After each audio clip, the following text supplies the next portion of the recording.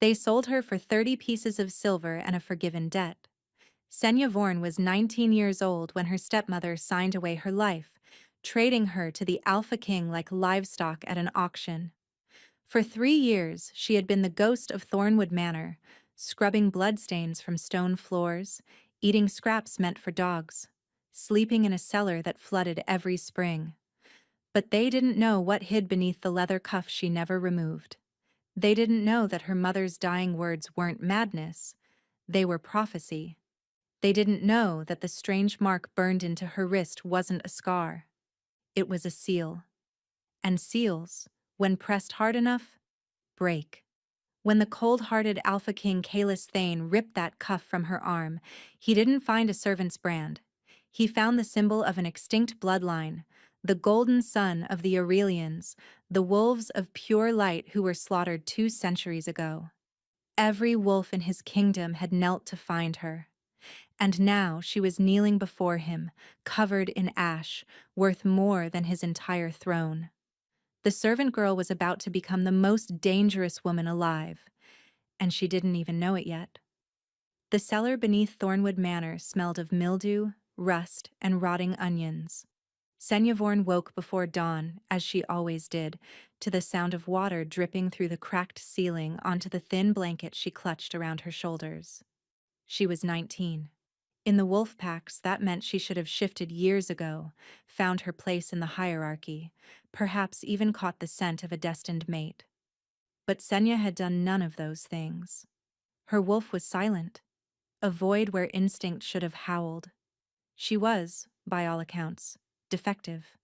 And defective wolves in Thornwood didn't get bedrooms. They got cellars. She climbed the creaking stairs, her bare feet numb against the frozen wood. The manor was already stirring. She could hear the clatter of pots in the kitchen, the sharp voice of her stepmother issuing commands. Senya moved quickly, slipping into the servants' corridor before anyone could see her.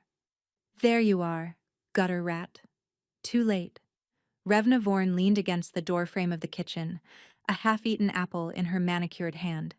She was everything Senya was not.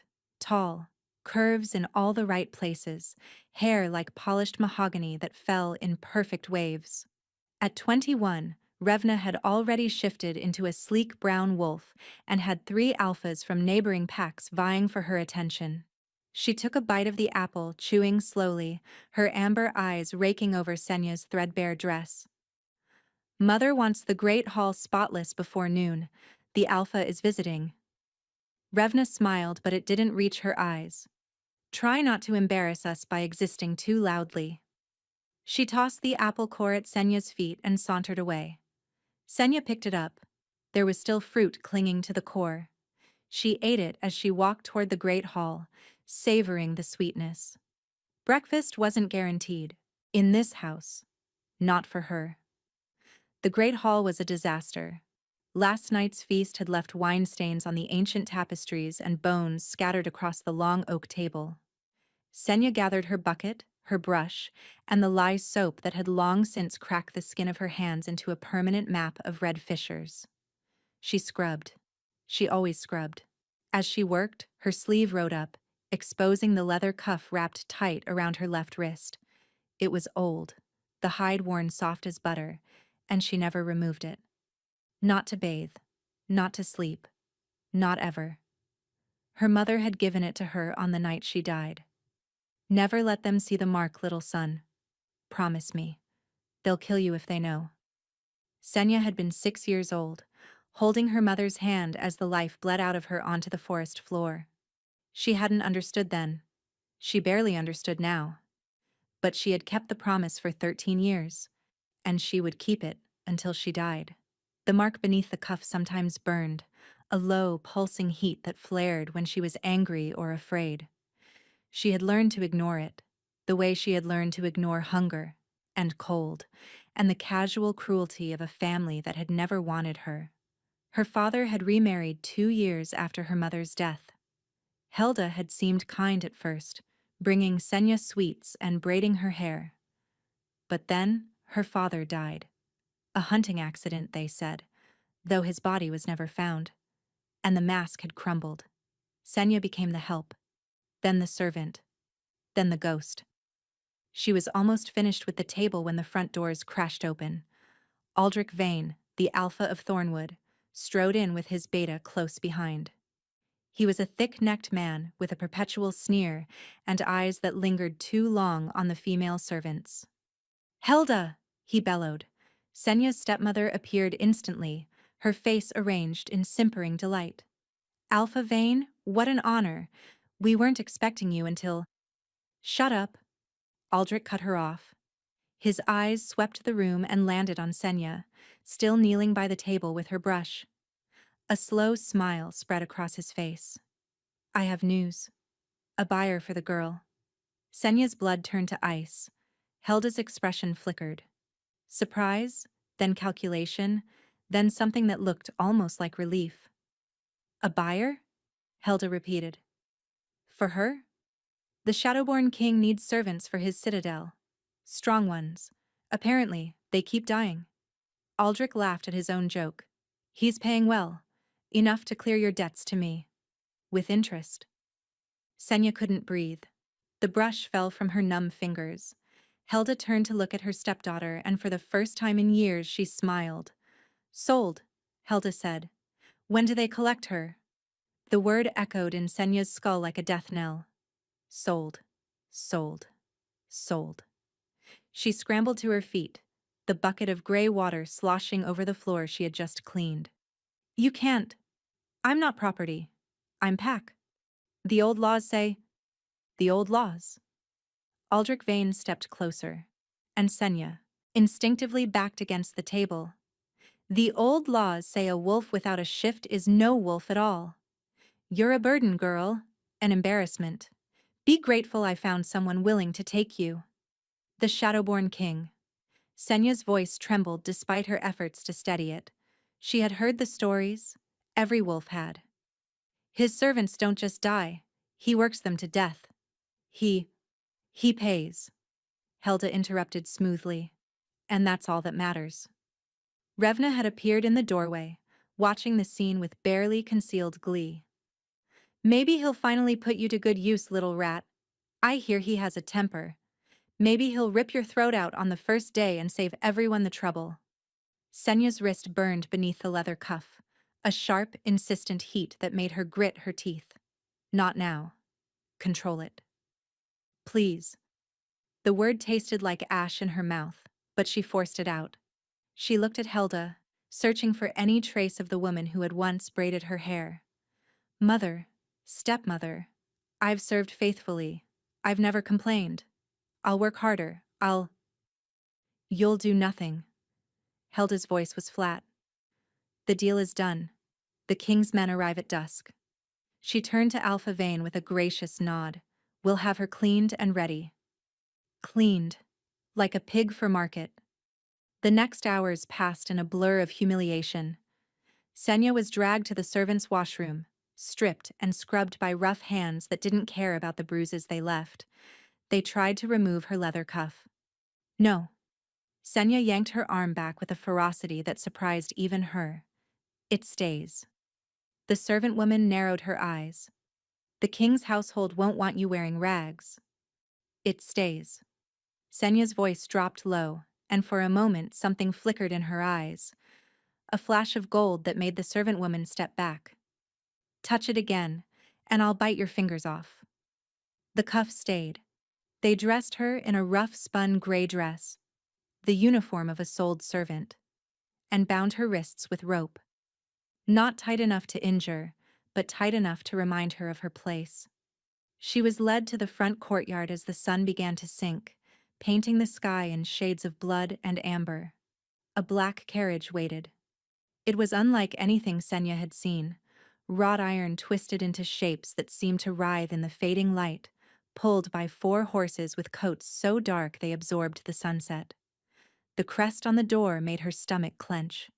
A snarling wolf's head surrounded by shadow, the sigil of the Thane bloodline. The Shadowborn King. His name was Kalis Thane, and the stories about him were the kind mothers whispered to frighten disobedient pups. They said he had killed his own brother to claim the throne.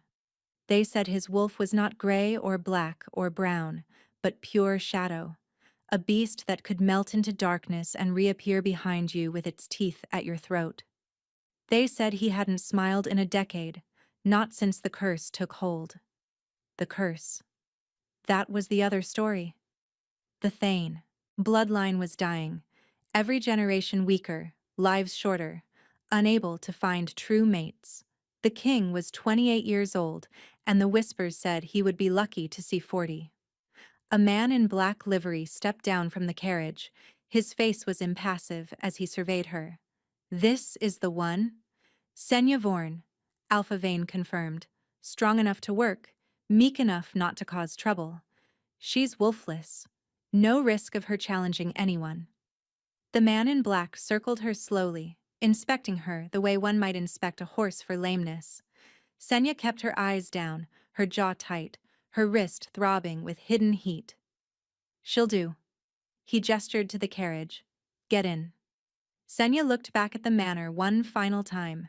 Helda stood on the steps with Revna at her side, neither of them bothering to wave. Revna waggled her fingers in a mocking farewell. Remember their faces? Something whispered in Senya's mind. It didn't feel like her own voice. It felt older, fiercer. Remember. And one day, return. She climbed into the carriage. The door slammed shut, and the horses lurched forward. Through the small barred window, Senya watched Thornwood Manor shrink and disappear. Her old life, miserable as it was, vanished behind the tree line. Ahead lay the northern road, Iron Spire Citadel, and the king whose shadow swallowed servants whole. Her wrist burned brighter. The journey took 3 days. Senya slept in the cramped carriage, ate stale bread passed through the window by silent guards, and watched the landscape transform from the gentle hills of Thornwood to jagged mountain peaks that clawed at a perpetually gray sky. On the 3rd morning, she saw it. Iron Spire Citadel rose from the mountains like a black fang piercing the clouds. Its walls were carved from volcanic stone, dark and glittering with embedded obsidian. Towers spiraled upward at impossible angles, connected by bridges that looked too thin to hold weight. The entire structure seemed less built than grown, as if the mountain itself had decided to become a fortress. Senya's heart hammered against her ribs. The carriage passed through 3 sets of gates, each one heavier than the last, each guarded by wolves in black armor who didn't spare her a glance. She was cargo. Less than cargo. She was a line item on a ledger, a body to fill a role until it broke. The final gate opened into a vast courtyard filled with activity. Servants hauled supplies, soldiers drilled in formation, and somewhere in the distance, wolves howled in what might have been training or punishment. Out! The carriage door swung open. Senya stepped down on shaking legs. The cold hit her immediately. A bitter, biting wind that cut through her thin dress like a blade. She wrapped her arms around herself, painfully aware of every eye that flicked toward her, and away, uninterested. A woman approached. She was perhaps 50, with iron-gray hair pulled back in a severe bun and a face that looked like it had never entertained the concept of mercy. A ring of keys jangled at her waist. Name: Senya Vorn.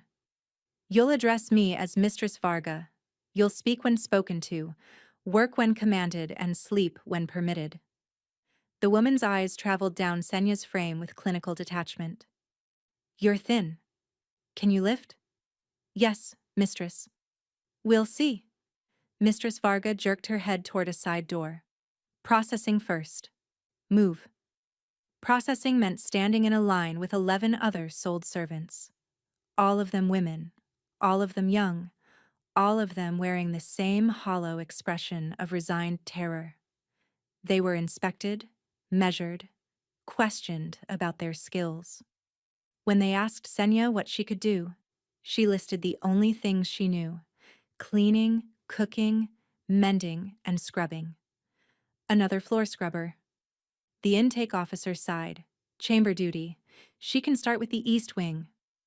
Senya was issued a second gray dress, a pair of worn leather shoes that didn't quite fit, and a thin blanket that smelled of the previous owner. She was assigned to a dormitory with 7 other servants. A narrow room lined with cots, barely warmer than the courtyard outside. The work began immediately. East Wing chamber duty meant emptying waste pots, changing linens, and scrubbing floors that seemed to attract grime the moment they dried. Senya worked in silence, keeping her head down, learning the rhythms of the citadel through observation. She learned that the king rarely left his private tower. She learned that servants who made mistakes were whipped in the lower courtyard. She learned that 3 servants had died in the last month alone, 2 from fever, 1 from a fall that might not have been an accident. On her 4th day, everything changed.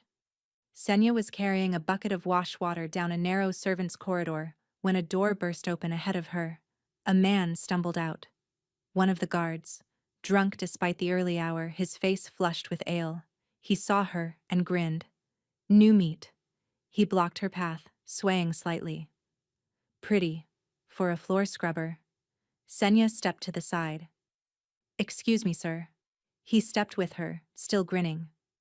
What's the rush? The floors will still be dirty in an hour. He reached for her left arm, where the cuff wrapped her wrist. Senya jerked back, but she was too slow. His fingers closed around the leather and he yanked. The cuff didn't come off. The knot held. But his force tore the sleeve of her dress, ripping the fabric from wrist to elbow. The birthmark flared into view. It was the size of a coin, burned into the inner face of her wrist as if branded there by a god's finger. A sun, golden even against her pale skin, with 7 rays extending outward like reaching flames. And it was glowing. Faintly, pulsing with an inner light that had nothing to do with the torch sconces on the wall. The guard's eyes went wide. His grip slackened. Senya didn't think. She moved, faster than she'd ever moved, shoving past him, and bolting down the corridor. She heard him shouting behind her, but she didn't stop. She ran until she found a storage closet, ducked inside, and pressed her back against the door, her chest heaving. Stupid. Stupid. Stupid. She looked down at her wrist. The glow was fading, but the mark remained, golden and damning against her skin. She yanked what remained of her sleeve down over it and tied the torn fabric in a makeshift knot. It wouldn't hold. Not for long. She stayed in that closet for an hour, waiting for her heartbeat to slow, waiting for guards to come drag her to the whipping post. Or worse. But no one came. Maybe the guard had been too drunk to remember. Maybe he hadn't seen clearly. Maybe. Senya crept out and returned to her duties, scrubbing with renewed intensity, keeping her torn sleeve pressed tight against her body. The rest of the day passed without incident. She allowed herself to breathe. That night, as she lay on her cot staring at the ceiling, the dormitory door opened. Mistress Varga stood in the doorway, her face unreadable. Senya Vorn. Her voice cut through the darkness. Come with me. Senya's blood ran cold. Where? She whispered. The king's private chambers. Mistress Varga's keys jangled as she turned. He's requested a new servant for the night. You'll clean his study. A pause. Alone. The other servants in the dormitory were silent, but Senya could feel their stares, a mix of pity and relief. Better her than them? She rose on trembling legs and followed Mistress Varga into the darkness. The torches in the corridor seemed dimmer than before. The king's tower was separated from the rest of the citadel by a bridge of black iron that swayed slightly in the mountain wind. Senya crossed it behind Mistress Varga, her eyes fixed on the door ahead, refusing to look down at the dizzying drop below. 2 guards flanked the entrance. They didn't speak, didn't even acknowledge the women as Mistress Varga produced a key and unlocked the heavy oak door. Inside, clean the study, touch nothing else. Mistress Varga's voice was clipped. He may or may not be present. Either way, you do not speak unless spoken to. You do not look him in the eye. You do not exist unless he wishes you to. Understood? Senya nodded, her throat too tight for words. The door closed behind her. She stood in a circular antechamber lit by a single chandelier of black iron and pale candles. 3 doors led off from this room. One to her left, one to her right, one straight ahead. A small table held cleaning supplies, rags, polish, a bucket of water. The study. She had to find the study. She chose the door on her left. It opened into a library.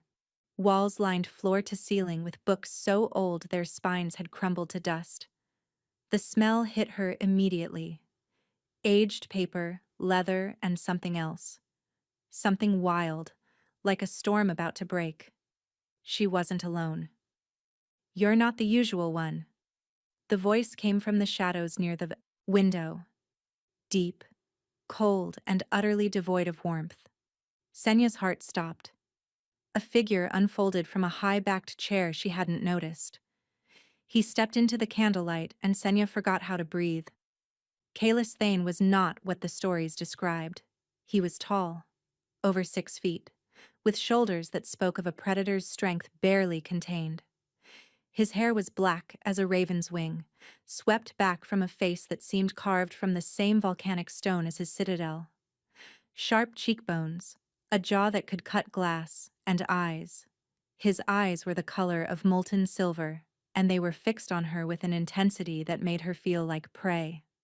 The usual girl took ill, Senya managed, her voice barely above a whisper. Mistress Varga sent me in her place. Did she? It wasn't a question. He moved closer. Each step was silent despite his size, a predator's grace that sent alarm bells screaming through Senya's body. She kept her eyes down, fixed on his boots. Black leather, polished to a mirror shine. You're new. He circled her slowly. Thornwood stalk. I can smell the pine and desperation on you. Senya said nothing. Her wrist was burning beneath the torn sleeve, a pulsing heat that climbed up her arm like liquid fire. Not now, please. Not now. Look at me. The command hit her like a physical force. Her chin lifted before she could stop it, her violet eyes meeting his silver ones. Something flickered across his face. Surprise? Recognition? It vanished too quickly to name. Interesting, he murmured. You have old eyes for someone so young. He reached out, and his fingers closed around her left wrist. Senya gasped. The touch sent a jolt through her entire body, and her birthmark blazed. Golden light erupted from beneath the torn fabric, so bright it cast dancing shadows across the walls. Kalis released her as if burned. He stared at her wrist, at the light bleeding through the cloth, and his silver eyes went wide. Show me. His voice had changed, no longer cold, but urgent, demanding. Show me the mark. Now. Senya's hands trembled as she pulled back the ruined sleeve. The birthmark was no longer faintly glowing. It was radiant, a golden sun blazing against her skin, the 7 rays pulsing in rhythm with her heartbeat. And it was growing. The light spread up her arm, tracing patterns beneath her skin like rivers of molten gold. Pain lanced through her. Not the dull ache she was used to, but a searing, transformative agony that drove her to her knees. What's happening to me? She cried out. Kalis dropped to one knee before her, his face inches from hers. His expression was unreadable, but his voice held something she hadn't expected. Reverence. You're waking up, he said. After 200 years, the sun is finally rising. The light consumed her.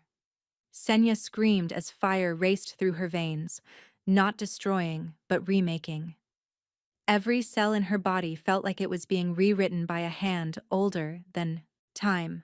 Her bones sang, her blood burned.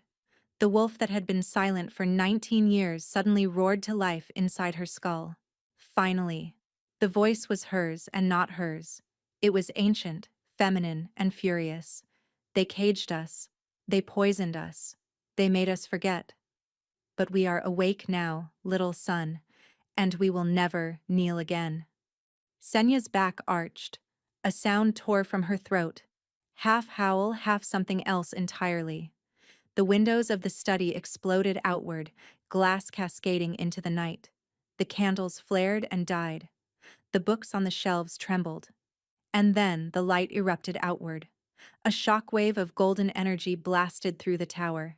It punched through walls, rippled across the bridge, and washed over the citadel like a sunrise compressed into a single instant. Every wolf in Ironspire felt it. A pulse of power so pure, so old, that it dropped them to their knees. In the barracks, hardened soldiers fell prostrate, whimpering. In the servants' quarters, women clutched their chests and wept without knowing why. In the council chamber, 3 visiting alphas collapsed mid-sentence, their wolves screaming "submit" inside their minds. And in the king's study, Kalis Thane, the Shadowborn king, the most feared alpha on the continent, knelt before a servant girl as golden light poured from her skin. When it finally faded, Senya was changed. She stood in the center of the destroyed study, her gray servant's dress burned away, replaced by nothing. She was naked, but her skin itself seemed to glow with a faint luminescence, as if the sun had taken up residence beneath her flesh. Her hair, once pale blonde and dull, now shimmered like spun gold. Her eyes, when she opened them, were no longer violet. They were pure, molten amber. "Impossible," Kalis breathed. He was still on his knees, staring up at her. The Aurelians were extinct. Varek the Destroyer slaughtered them all. Every man, woman, and child. The histories say. The histories were wrong. Senya's voice resonated with harmonic undertones, as if 1,000 voices spoke with her. She looked down at her wrist. The birthmark was still there, but it had transformed. The golden sun now seemed 3-dimensional, raised slightly from her skin, warm to the touch. One survived. Hidden. Sealed. Forgotten. She looked at Kalis. Really looked at him for the first time without fear. He was powerful. She could feel it now. The shadow that coiled inside him, the curse that was slowly killing his bloodline. But he was also beautiful. Not cold, she realized. Controlled. There was a difference. "You knew," she said, "the moment you touched me. You knew what I was." "I suspected." Kalis rose slowly, his movements careful, as if approaching a wild animal. "There have been rumors for years, whispers of a surviving Aurelian hidden somewhere in the Eastern Territories. I've had scouts searching for a decade." A muscle twitched in his jaw. "I never dreamed you'd be delivered. To my door as a servant." The door to the study burst open. Guards poured in, swords drawn, followed by Mistress Varga and what appeared to be half the Citadel's command staff. They stopped dead at the sight before them. Their king, on his feet but visibly shaken. A naked woman glowing like a small sun. And the unmistakable scent of power so ancient it made their wolves want to curl up and bare their throats. "My king!" The captain of the guard stepped forward, blade raised toward Senya. "Step away from her. She is the last daughter of the Aurelian bloodline." Kalis's voice cracked like thunder. "And if any of you so much as looks at her wrong, I will personally rip out your spine." The captain lowered his sword immediately. Kalis shrugged off his black coat and draped it around Senya's shoulders, covering her nakedness. The fabric was warm, carrying his scent. Shadow and winter and something unexpectedly soft, like cedar smoke. "Clear the room," Kalis ordered. "Double the guard on the bridge. No one enters this tower without my explicit command." He looked at Mistress Varga, who had gone pale as bone. "We will discuss security protocols later. For now, leave us." The room emptied in seconds. Senya pulled the coat tighter around herself, suddenly exhausted. The power that had filled her was ebbing, leaving her hollow and shaky. "I don't understand," she whispered. "What am I? What does this mean?" Kalis studied her for a long moment. Then, slowly, he extended his hand. It means everything you thought you knew was a lie. And it means you're in more danger than you've ever been in your life. His silver eyes held hers. Come, we have much to discuss, and you need rest before the vultures start circling. Senya looked at his hand, the hand of the king she had been told was a monster. She took it. Senya woke in a bed that could have fit 10 people. She lay still for a moment, disoriented by the softness beneath her. No lumpy cot, no threadbare blanket, no drip of water from a cracked ceiling. The sheets were silk, cool and smooth against her skin. The pillow cradled her head like a cloud. She sat up slowly, her body aching in ways she didn't know were possible.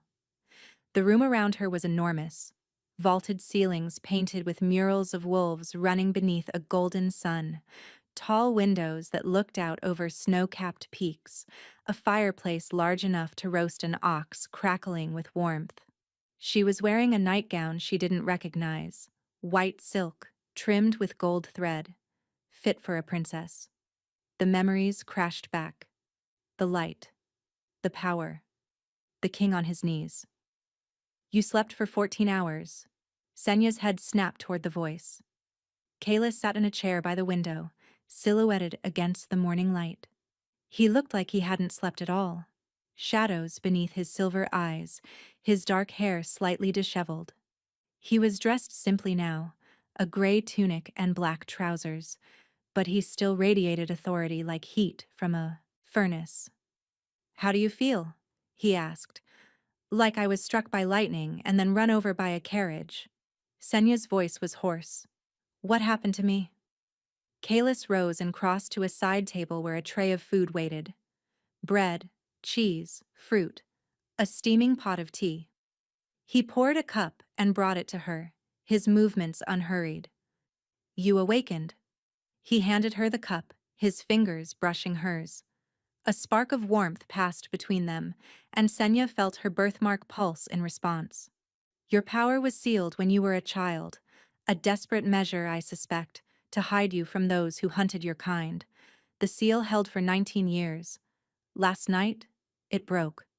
Senya sipped the tea, letting the warmth spread through her chest. "My mother. She gave me the cuff. She told me never to show the mark."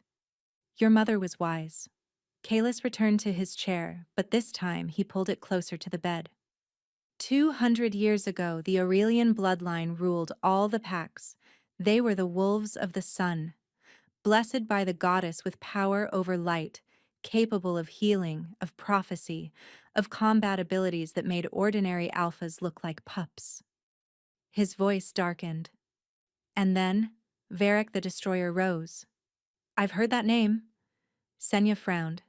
"In the old stories, he unified the shadow packs." "He did more than unify them. He waged a war of extermination. The Aurelians were too powerful to control, too righteous to corrupt. So Varric decided they had to die. All of them." Kalis leaned forward, his elbows on his knees.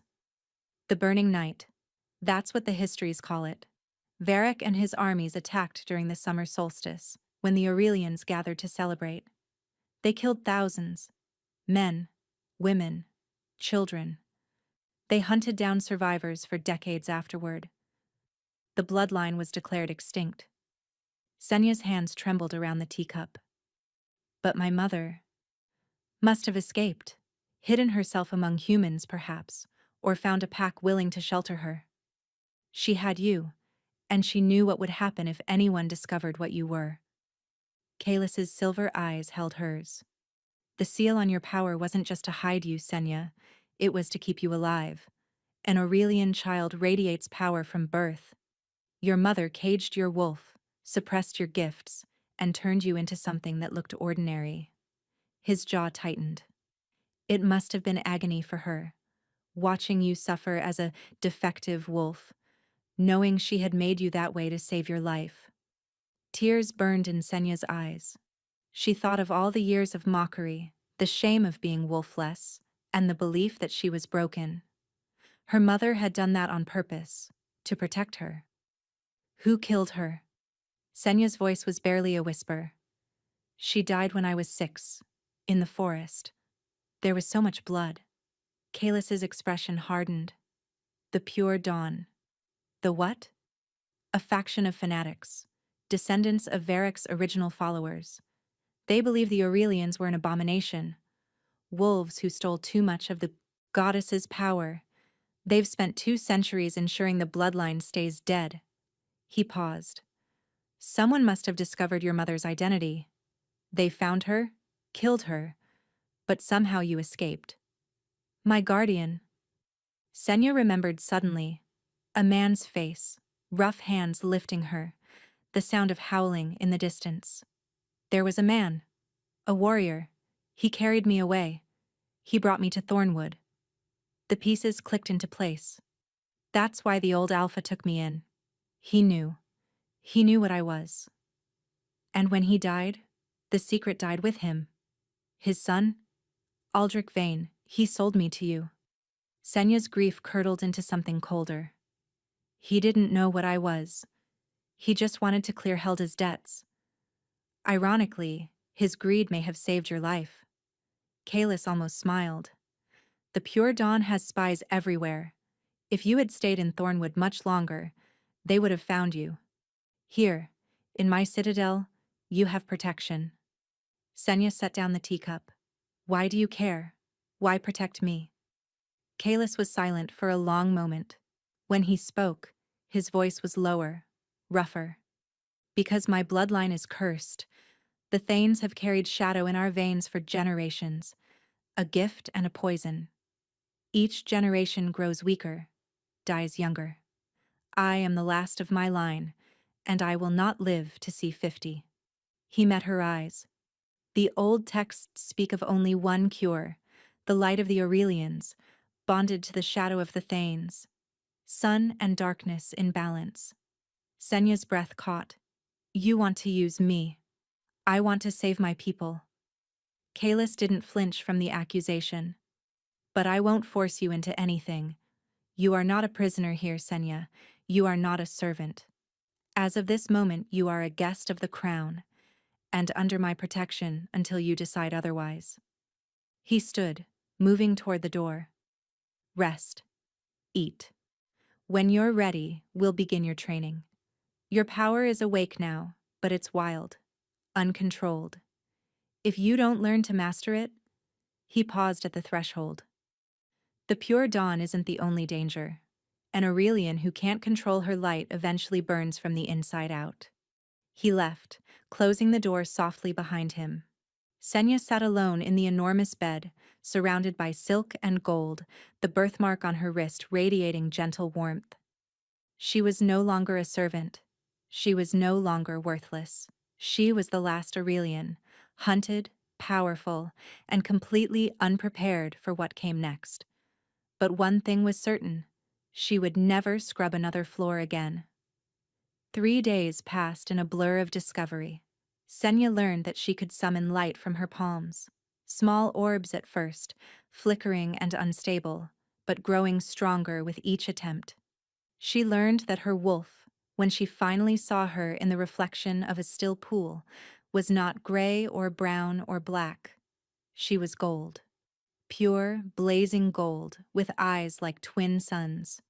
Kalis assigned her a trainer, an ancient wolf named Morkant, who claimed to have studied Aurelian texts before the burning night.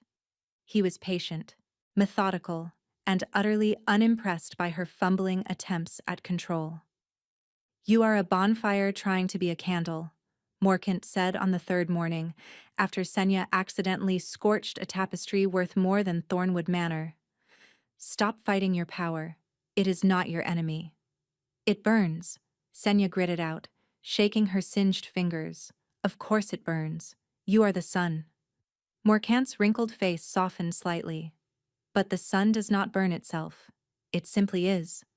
You must learn to simply be.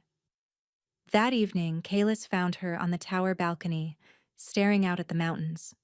The sun was setting, painting the snow in shades of rose and amber. Her birthmark shimmered faintly in resonance with the fading light. Morkant says you're making progress. Kalis leaned against the railing beside her, close enough that she could feel the coolness that radiated from him, shadow to her sun. Morkant is being generous. Senya sighed. I set fire to 3 things today. One of them was my own sleeve. A sound escaped Kalis. Low, rough, unexpected. It took Senya a moment to realize he was laughing. I'm sorry, he said, composing himself. It's just the most powerful wolf on the continent, defeated by her own clothing. Senya found herself smiling despite everything. The sleeve had it coming. They stood in comfortable silence for a moment. Then Kalis spoke again, his voice serious. The council has been informed of your existence. Word is spreading. By tomorrow, every pack on the continent will know that an Aurelian lives. He turned to face her. You have a choice to make, Senya. What choice? You can stay here. Train. Learn to control your power. Stand beside me and help me break my bloodline's curse. His silver eyes searched hers. Or you can leave. I'll give you gold, a new identity, safe passage to the human territories. You can disappear, live a quiet life, and never use your power again. Senya thought of her cellar in Thornwood, the apple cores, the cracked hands, the years of being nothing. Then she thought of the wolf inside her, golden and fierce and awake. If I leave, she said slowly, the pure dawn will keep hunting me. Yes. And your curse will kill you. Kalis's jaw tightened. That is not your burden to carry. Maybe not. Senya turned to face him fully. But I'm tired of running. I'm tired of hiding. I'm tired of being the girl who scrubs floors and eats scraps and prays to be invisible. Her birthmark flared, golden light spilling across the balcony. I want to be more. I want to matter. She held out her hand, the hand with the mark. Teach me to be a queen, and I'll teach you what it means to stand in the sun. Kalis looked at her hand for a long moment. Then slowly, he took it. His shadow curled around her light, and neither consumed the other. Then we begin tomorrow, he said, and gods help anyone who tries to stop us. The attack came at dawn. Senya was in the training yard, practicing light manipulation, under Morkant's watchful eye, when the warning horns split the air. 3 long blasts, the signal for hostile approach. Kalis appeared within seconds, his expression carved from stone. The southern gate, a delegation from Thornwood. Senya's blood ran cold. Thornwood? Aldrich Vane, and he's brought company. Kalis's lip curled. Apparently, he's realized what he sold me and wants his property returned. They met the delegation in the Great Hall. Senya stood at Kalis's right hand, dressed not in servant's gray, but in a gown of white and gold that Kalis had commissioned for her. Her hair was braided back, her birthmark visible and glowing faintly. She looked like what she was, an Aurelian princess. The doors opened, and Aldrich Vane strode in like he owned the citadel. He was flanked by his beta and a dozen warriors and, to Senya's disgust, Helda and Revna. Her stepmother wore her finest dress, her face arranged in an expression of wounded maternal concern. Revna stood slightly behind, her amber eyes fixed on Senya with naked hatred. Alpha Thane, Aldrich's voice boomed through the hall. I demand the return of my pack member. The girl Senya Vorn was sold under false pretenses. She belongs to Thornwood. She belongs to no one. Kalis didn't raise his voice, but the temperature in the room dropped several degrees. Least of all a pack that starved her, beat her, and sold her like livestock. She was a servant, Helda interjected, stepping forward with tears glistening in her eyes. A troubled girl. We tried to help her, but she was always difficult. When she showed signs of instability, we thought a change of environment might. Instability. Senya's voice cut through her stepmother's lies like a blade. Is that what you call sleeping in a flooded cellar? Eating apple cores for breakfast? Being told I was worthless every day of my life? Helda's mask flickered. Senya, darling, you're confused. The awakening has... Don't. Senya stepped forward, and her birthmark blazed. The light forced Helda back a step, her face going pale. You sold me for 30 pieces of silver. You didn't even ask where I was going or if I would survive. You were happy to be rid of me." Revna laughed, a sharp, ugly sound. "Can you blame us? You were pathetic. A wolfless runt taking up space." She looked Senya up and down, sneering at the fine gown. "Playing dress-up doesn't change what you are. You're still the same garbage we scraped off our boots." The light around Senya intensified. Morkant had warned her about this. Emotion feeding power, power spiraling out of control. She forced herself to breathe. "I'm not garbage," Senya said quietly. "I never was. You just couldn't see my worth because you were too busy looking down?" Aldrich stepped forward, his patience clearly wearing thin. "Enough of this. The girl is Thornwood property. The sale was fraudulent. We didn't know what we were selling.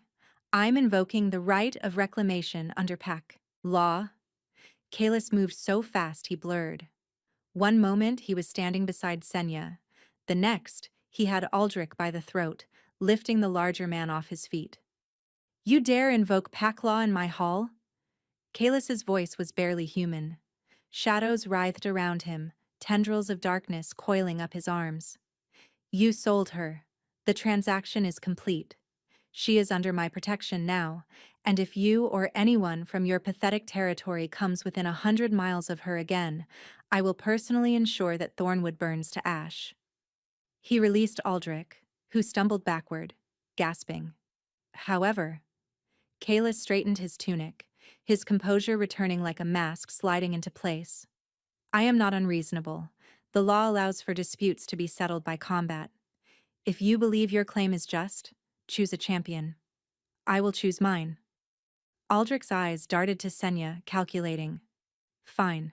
I choose myself." He cracked his neck, muscles bunching beneath his shirt. "An alpha against whoever you put forward. When I win, the girl comes home." Senya stepped forward before Kalis could speak. "No champion," she said. "I'll fight him myself." The hall erupted. Aldrich laughed. Helda gasped. Even Kalis turned to her with sharp concern. "Senya, he's a trained alpha. You've had 3 days of learning what I am." Senya met his silver eyes. "You said I had to choose. I'm choosing. I'm done letting other people fight my battles. I'm done being the victim." She looked at Aldrich, and her voice dropped to something cold and certain. "I'm going to show him exactly what he sold for 30 pieces of silver." Aldrich's laughter died. For the first time, uncertainty flickered across his face. "Tomorrow at dawn," Kalis said slowly, studying Senya with something that might have been pride. "The combat circle. To the yield or to the death." "To the death," Senya said. And she meant it. The combat circle was carved into the mountainside behind the citadel. A ring of standing stones older than memory, worn smooth by centuries of wind and blood. The ground within was packed earth, dark with the ghosts of ancient battles. Senya stood on the northern edge, barefoot despite the cold. She wore simple fighting clothes, a sleeveless tunic and fitted trousers that allowed for movement. Her birthmark was uncovered, pulsing with steady golden light. On the southern edge, Aldrich veins stretched and flexed, playing to the crowd that had gathered on the slopes above. He was massive in human form, and his wolf, she had heard, was even larger. A brute who had won his position through violence and intimidation. "He's bigger than you," her wolf murmured inside her mind. "Stronger, more experienced." "I know," Senya thought back. "Good. Then we don't underestimate him. We just destroy him." Kalis stood at the edge of the circle, his face unreadable. Beside him, Morkant watched with ancient eyes. The old trainer had given her one piece of advice that morning. Do not fight his fight. Make him fight yours. Helda and Revna watched from a raised platform, their expressions hungry. They expected Senya to fail. They expected to drag her back to Thornwood in chains. They were wrong. "Begin," the arbiter announced. Aldrich didn't shift immediately. He wanted to humiliate her first, beat her in human form before delivering the killing blow as a wolf. He charged, fist cocked back for a devastating strike. Senya didn't block, she didn't dodge. She stepped into the attack, ducking under his arm and pressing her palm flat against his chest. Light erupted from her hand. Aldrich flew backward, trailing smoke, and crashed into one of the standing stones hard enough to crack it. He lay there for a moment, stunned, then lurched to his feet with a roar of rage. "Lucky shot, runt!" He shifted mid-charge. His body exploded outward, bones snapping and reforming, until a massive gray wolf stood in his place, easily 7 feet at the shoulder, with yellow eyes blazing with killing intent. Senya smiled. Our turn. She let the transformation take her. Unlike the violent awakening in the tower, this shift was controlled. Painful still, but focused. Her bones sang as they rearranged. Golden fur burst from her skin like sunrise breaking through clouds. When she stood on 4 paws, she was radiant. Her wolf was smaller than Aldrich's. But she glowed. Literally glowed. Light emanating from her fur in waves that made the spectators shield their eyes. And her aura.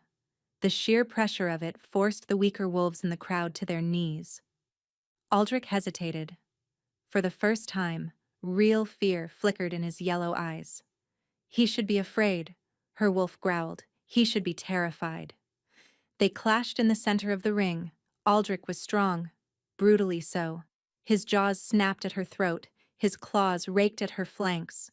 He fought dirty, using his weight to try to pin her, going for crippling blows rather than clean kills. But Senya was faster, and every time they touched, she burned him. Light poured from her fur wherever they connected. Aldrich's muzzle blistered, his paws smoked. He yelped and scrambled back, shaking his head, disoriented by the pain.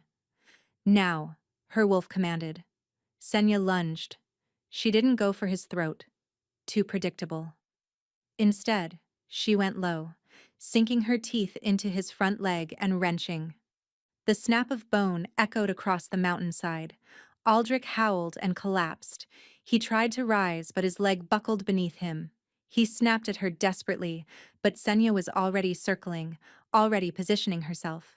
She placed one massive paw on his neck, pinning him to the earth. "Submit," she projected, the command rippling outward with psychic force. "Never," Aldrich snarled, shifting back to human form. His face was a mask of blood and defiance. "I'll never submit to a runt, to your better?" Senya shifted back as well, keeping her foot on his throat. She was naked and bloody and didn't care. Her skin still glowed with residual light. "You should have treated me better, Aldrich. You should have seen what I was instead of what you assumed." She pressed down and he choked. "Yield. I yield." The words came out strangled, broken. "I yield." Senya stepped back. She looked up at the platform where Helda and Revna sat frozen, their faces portraits of disbelief. "Your alpha yields," Senya called out, her voice carrying across the mountainside. "Thornwood's claim is forfeit. If any of you ever come for me again, I won't show mercy a second time." Kalis appeared beside her, draping a cloak over her shoulders. His silver eyes were bright with something fierce. Pride, yes, but also something deeper. Something that made her heart race. "Well fought," he murmured. "I had a good teacher." She looked at Morcant, who inclined his head. But then Senya swayed. The adrenaline was crashing and something else was rising in its place. A heat that started in her core and spread outward like wildfire. Her skin flushed. Her birthmark blazed so bright it was almost blinding. "What?" she gasped. "What's happening?" Morcant's ancient eyes went wide. The combat, the shift, it's triggered her cycle. He looked at Kalis with alarm. "She's going into heat." The effect was immediate. Every unmated male in the vicinity stiffened, nostrils flaring. Aldrich, broken on the ground, actually whimpered and tried to crawl toward her before his own warriors restrained him. And the scent. Gods. The scent was overwhelming. Honey and sunlight and want. Kalis growled, low and possessive. His eyes bled to pure black, shadow rising around him like a living thing. "Get her inside," he snarled at Morkant. "Now, before I—" He didn't finish the sentence. He didn't have to. No. Senya grabbed his arm, her fingers burning against his shadow-cooled skin. The contact sent electricity through them both. "I don't want to hide. I don't want to suppress this. An explosion rocked the citadel. The standing stones trembled. Screams erupted from the crowd. A massive plume of smoke rose from the eastern wall. "My king!" A guard sprinted toward them, bloody and panicked. "Attack! The eastern gate has fallen!" "Who?" Kalis demanded, his personal crisis instantly shelved for duty. The guard's face was gray with terror. "The pure dawn. They've found her. And they've brought an army." The eastern wall was gone, not damaged, not breached. Gone. Reduced to rubble by some force that had punched through reinforced stone like it was paper. Through the gap poured soldiers in white and gold armor, their faces hidden behind masks shaped like the sun. The pure dawn. Hunters of Aurelians. The same fanatics who had murdered her mother 13 years ago. Senya ran toward the chaos. Kalis at her side, the heat in her blood temporarily forgotten in the face of existential threat. Smoke choked the air. The clash of steel and the screams of the dying created a symphony of horror. There, a pure dawn captain, spotted her, pointing with a blade that crackled with strange energy. "The abomination! Kill her!" A dozen soldiers broke formation and charged.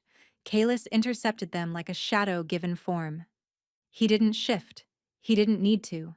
His darkness flowed around him, solidifying into blades of pure night that cut through armor like water. Men fell screaming, clutching at wounds that seemed to consume light itself. But more kept coming. The pure dawn had committed everything to this assault. Hundreds of soldiers, battle-trained wolves, and something worse. A figure strode through the breach in the wall. He was old. Impossibly old, his face a roadmap of wrinkles and scars, his eyes burning with fanatical hatred. He wore robes of white emblazoned with a black sun, the symbol of the pure dawn. And he carried a staff topped with a crystal that pulsed with sickly violet light. "Varrick's heir," Morkant breathed, having caught up to them. His ancient face had gone pale. "Blessed stars. It's Mordecai. He was supposed to be dead." "Who?" Senya demanded. "The last living disciple of Varrick the Destroyer. He led the extermination of your bloodline. He's 200 years old, kept alive by forbidden magic." Morkant gripped her arm. "He's the one who killed your ancestor's child, and he will not stop until you're dead." Mordecai raised his staff. The violet crystal flared, and a wave of energy swept across the battlefield. Every wolf it touched, Kalis's soldiers, pure dawn fanatics alike, collapsed, howling in agony. It was designed to incapacitate, not kill. He wanted Senya alone. "There you are." Mordecai's voice carried across the chaos, amplified by magic. "The last weed in the garden. I burned your grandmother. I gutted your grandfather.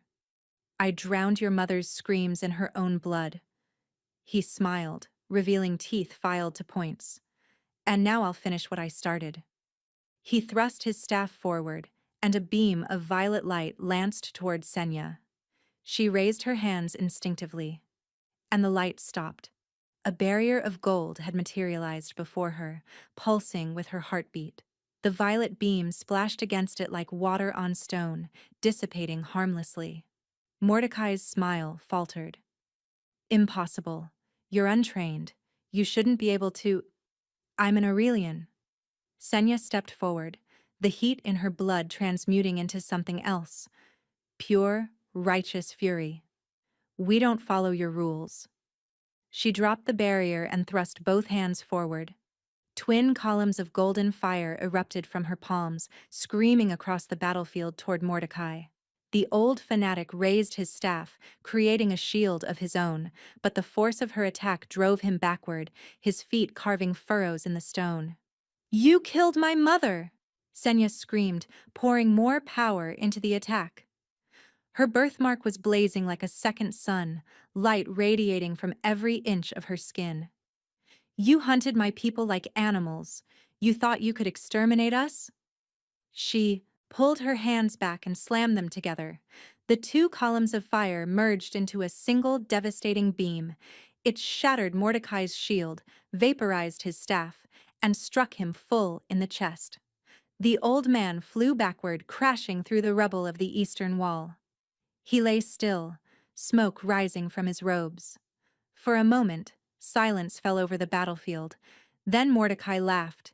He rose slowly, his robes burned away to reveal a body covered in glowing sigils, protective wards carved into his very flesh. The beam had hurt him, clearly, but he wasn't dead. Magnificent, he rasped, blood trickling from his mouth. You have power, child. But power without control is just a tantrum. He raised his hand, and dark energy gathered around his fingers. Let me show you what true mastery looks like. He released the energy, not at Senya, but at the citadel behind her. At the civilians huddled in the lower courtyard, at the wounded being tended by healers, at the hundreds of innocents who would die if that attack landed. Senya didn't think. She moved. She threw herself into the path of the attack, arms spread wide, and did something she didn't know she could do. She absorbed it. The dark energy hit her like a tidal wave. It burned. Gods. It burned worse than anything she had ever felt. Shadow and malice, and 2 centuries of hatred pouring into her body.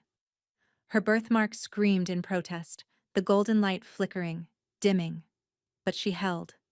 She took all of it, every drop of that poisonous power, and she transformed it. Inside her, sun met shadow. Light embraced darkness, and instead of destroying each other, they merged. Senya opened her eyes. They were no longer gold. They were swirling with both, amber and silver, light and shadow, perfectly balanced. What? Mordecai's voice cracked with disbelief. What are you? Senya raised her hand. Light and shadow spiraled around her fingers, intertwined like lovers. I'm the end of your crusade. She released the power. It wasn't a beam or a blast. It was a judgment. A wave of combined energy that washed over Mordecai and the remaining Pure Dawn soldiers. The fanatics screamed as their own hatred was reflected back at them, amplified 1,000-fold. They crumbled to dust, their bodies unable to contain the contradiction of light and darkness. Mordecai lasted longest.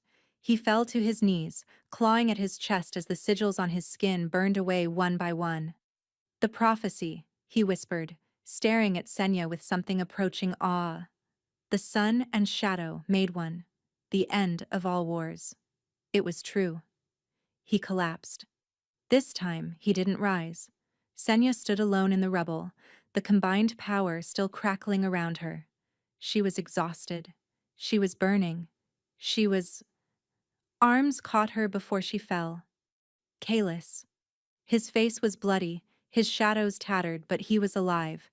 He held her like she was the most precious thing in the world. I've got you, he murmured. I've got you, Senya. Is it over? She whispered. He looked at the battlefield, the dead Pure Dawn soldiers, the unconscious but living defenders, the crumbling wall. The battle is over. They're gone.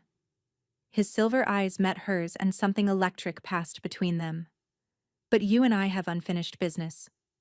The heat roared back, stronger than before, no longer suppressible. Senya pulled him closer.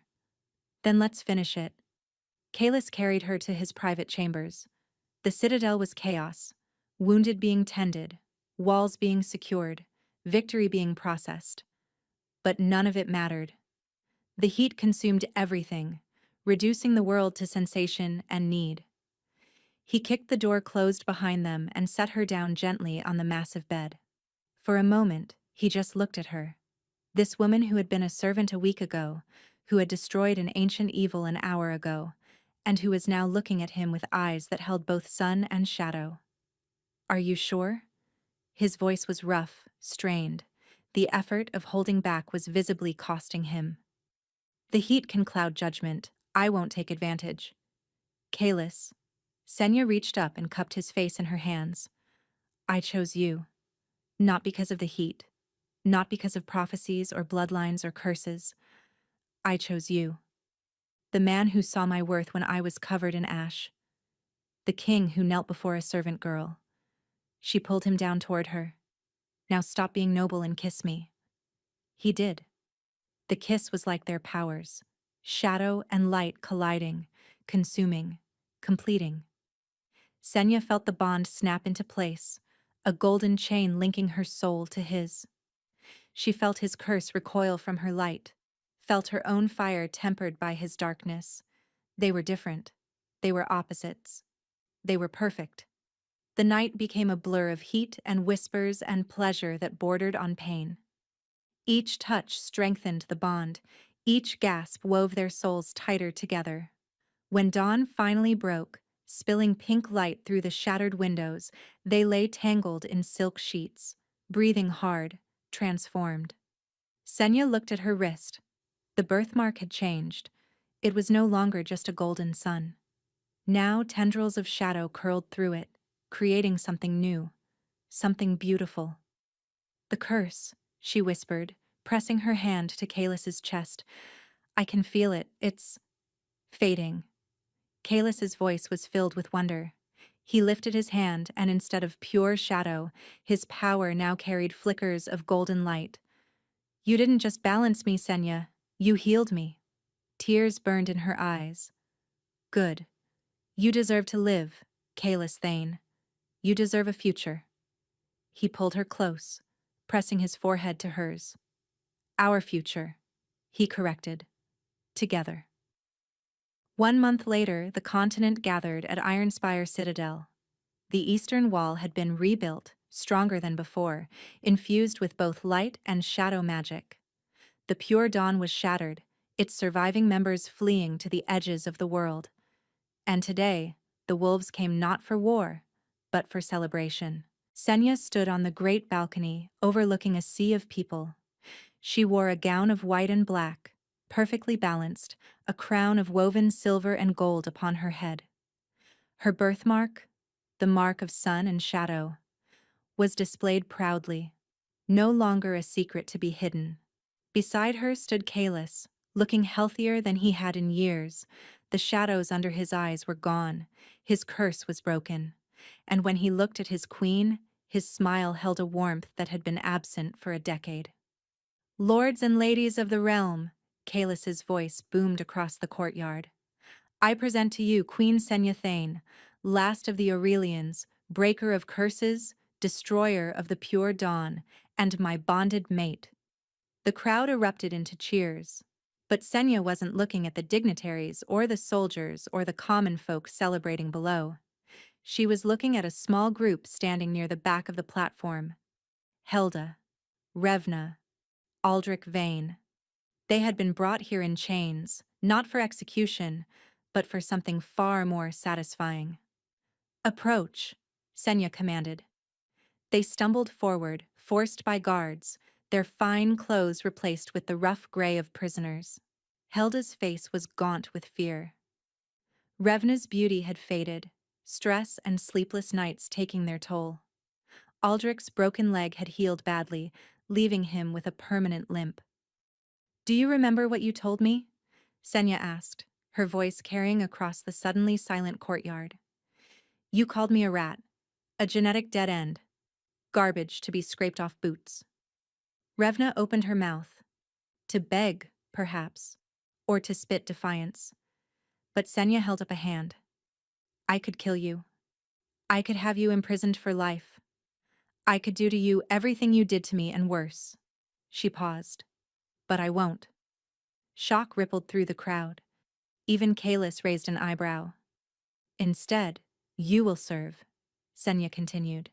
You will scrub floors and empty chamber pots and sleep in cellars. You will eat what you are given and speak only when spoken to. And every day, you will remember what you threw away for 30 pieces of silver. She gestured, and servants came forward. servants who had once been Senya's peers in Thornwood, now loyal to their risen queen. Take them to their new quarters. The cellars should be comfortable. I hear they only flood in spring.